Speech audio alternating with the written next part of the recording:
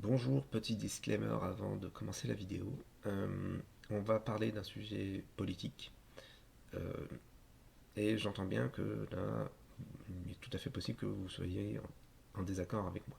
Alors, je dis souvent ça avant de commencer une vidéo, mais là on est vraiment sur un sujet politique plus. Euh, de toute façon, cette vidéo n'est pas à destination de tout le monde. Elle est à destination des gens qui ont exactement la même, euh, comment dire, la même le même type de personnalité que moi, le même type d'empathie que moi et la même orientation politique que moi. Donc un INTJ qui a essayé d'avoir une empathie universaliste et plutôt comment dire, pro-révolution et anticapitaliste. Donc voilà. Cela étant dit, moi je suis ouvert au débat, mais le problème c'est que la plupart des débats ne sont pas euh, bienveillants. Je le vois, je le constate à peu près H24 sur Internet. Euh, à condition qu'il y ait de la bienveillance, moi je suis ouvert au débat. Si ça commence à partir en insulte, non. Voilà. Bonne vidéo. Bonjour à tous. Aujourd'hui, une nouvelle vidéo sur l'envie qui peut prendre un INTJ de vouloir être une sorte de héros et de sauver le monde en quelque sorte, et de comment vivre avec ça. J'y ai pensé en fait en regardant un sujet Reddit qui s'appelle Conseil d'un INTJ à un autre INTJ. Je mettrai le lien dans la description. D'ailleurs, je fais une petite parenthèse pour dire que je fais souvent un résumé de ce que je dis dans la description. Si jamais vous trouvez que la vidéo elle est trop longue et que vous voulez aller assez vite et aller à l'essentiel, n'hésitez pas à regarder dans la description. Normalement, il y a un résumé si j'ai pas oublié de le mettre. On a donc cette espèce d'objectif qui apparaît dans le cerveau de l'INTJ, qui peut apparaître. Moi, on va dire que c'est apparu dans les années 2011-2012, euh, lorsque j'ai commencé à m'enseigner sur la politique. Et je me suis dit, bon, bah, tout part tellement en couille qu'il nous faut donc une sorte de grosse révolution, un grand soir, pour vraiment tout, tout déconstruire, pour tout reconstruire sur des bases saines. Euh, le truc, c'est que ce qui peut être frustrant pour un INTJ de penser à ça, c'est de se dire que les grandes révolutions ne sont pas déclenchées par des INTJ. Elles sont déclenchées par des gens qui ont du charisme. Or, les INTJ sont plutôt des intellectuels discrets. Et autant dans les entreprises, on nous considère comme des gens géniaux, autant sur les points politiques, en général, on n'est pas vraiment suivi en fait. Du coup, bon, c'est pas très très grave, hein, du coup, mais il faut juste s'adapter.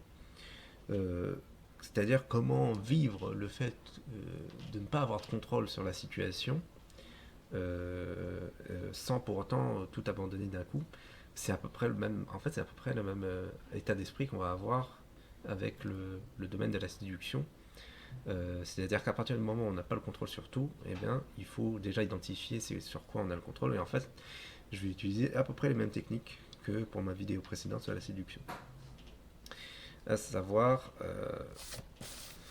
le juste milieu, le fait de transformer la case à cocher en direction et la technique du I did the job.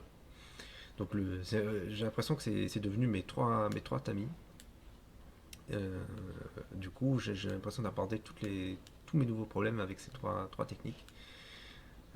Donc voilà, on va essayer de se trouver,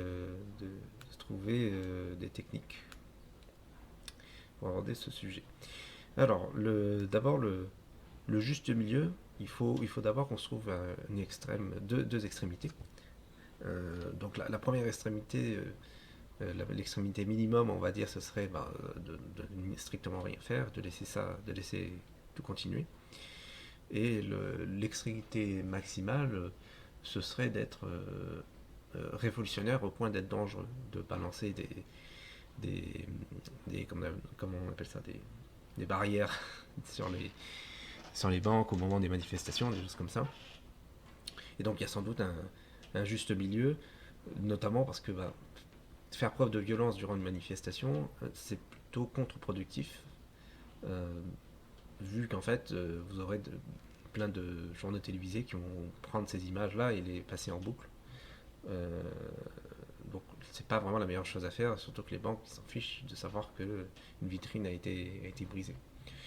Euh, donc voilà, on va transformer donc cette problématique en une décision rationnelle qui se place dans un juste milieu entre deux extrêmes. On a face à nous une sorte de case à cocher. Et si vous avez suivi ce que j'ai dit dans la dernière vidéo, en fait, ces cases à cocher sont très dangereuses pour le cerveau humain parce que tant qu'elle n'est pas cochée, euh, on se sent mal. On se dit, je n'ai toujours pas réussi cet objectif.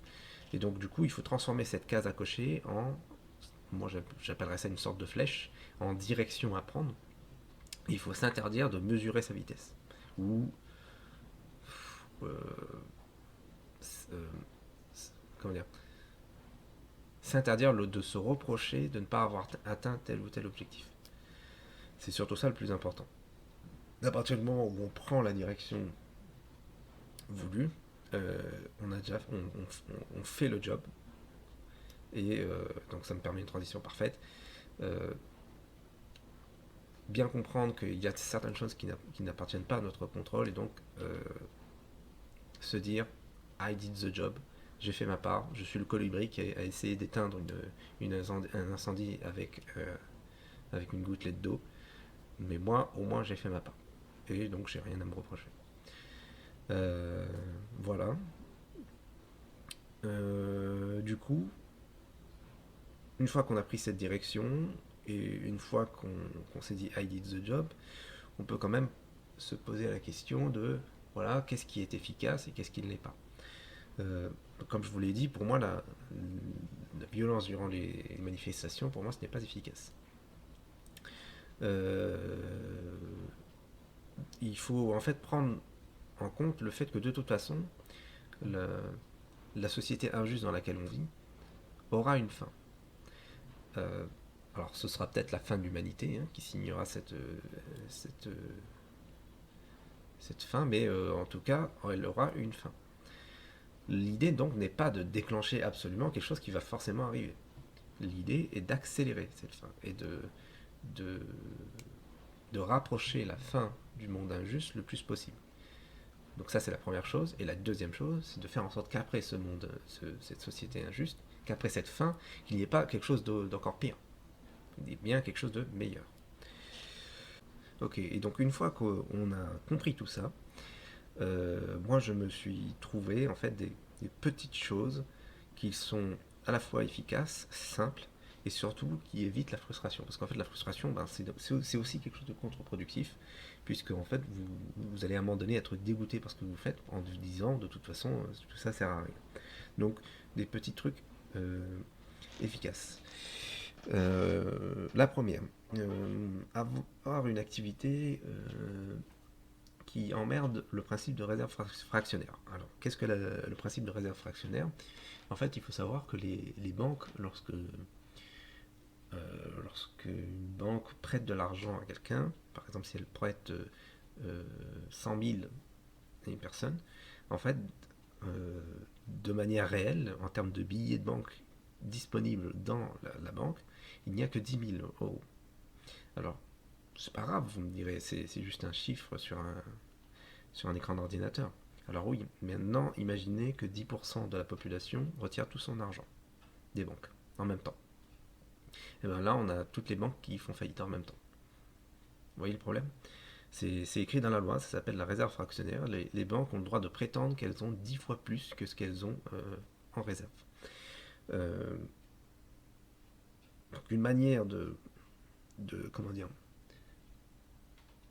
de rapprocher la fin de l'hégémonie bancaire, c'est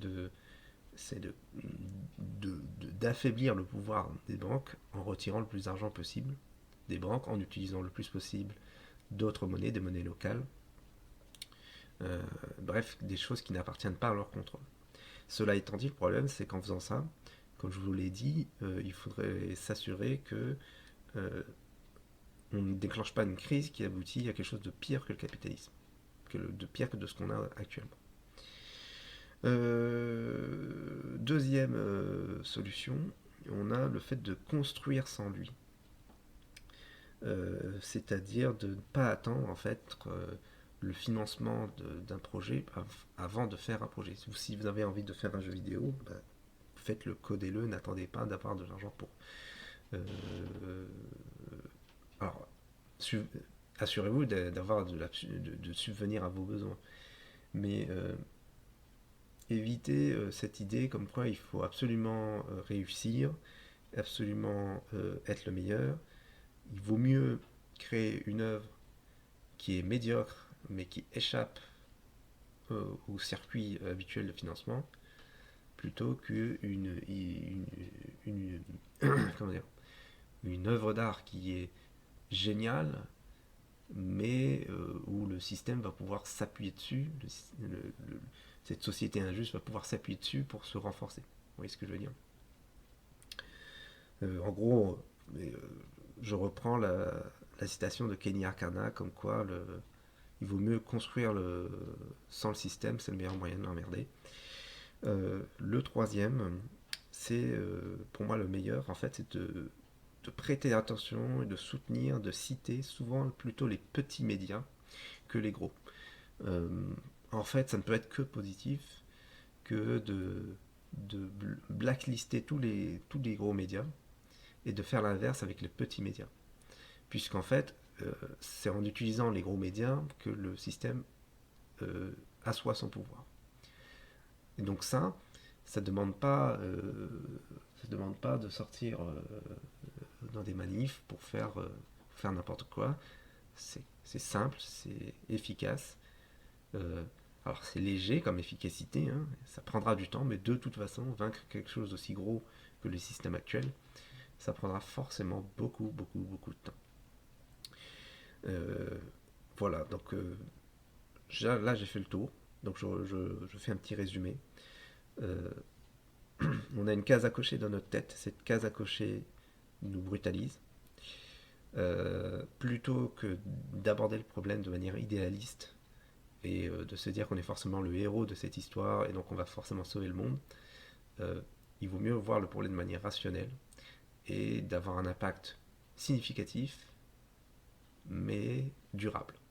Et donc pour que ce soit durable, il vaut mieux ne pas s'exposer à une frustration intellectuelle et se dire putain, en fait de s'exposer au risque de ne plus du tout s'intéresser à la politique. Moi récemment, j'ai eu des moments où je me suis dit putain, j'en ai marre de parler de politique, j'en ai marre de penser à ça, parce que de toute façon ça ne sert à rien. Je me rappelle notamment avoir vu un article comme quoi les posts Facebook sont contre-productifs, et c'est vrai, j'ai cette impression aussi. Donc,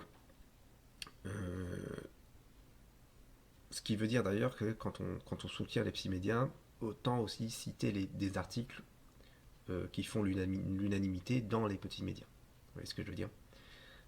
Éviter les polémiques, juste on renforce leur pouvoir, on les aide financièrement, par exemple, pour les aider, les acheter, tout simplement. Déjà, c'est quelque chose. S'abonner à ces médias-là. Voilà, ce sera mieux que de faire que de se débattre en fait dans une espèce de toile en fait.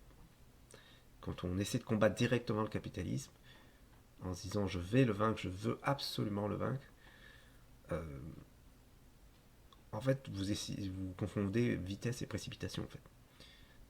Il ne faut pas se précipiter vers lui. De toute façon, le capitalisme finira par mourir.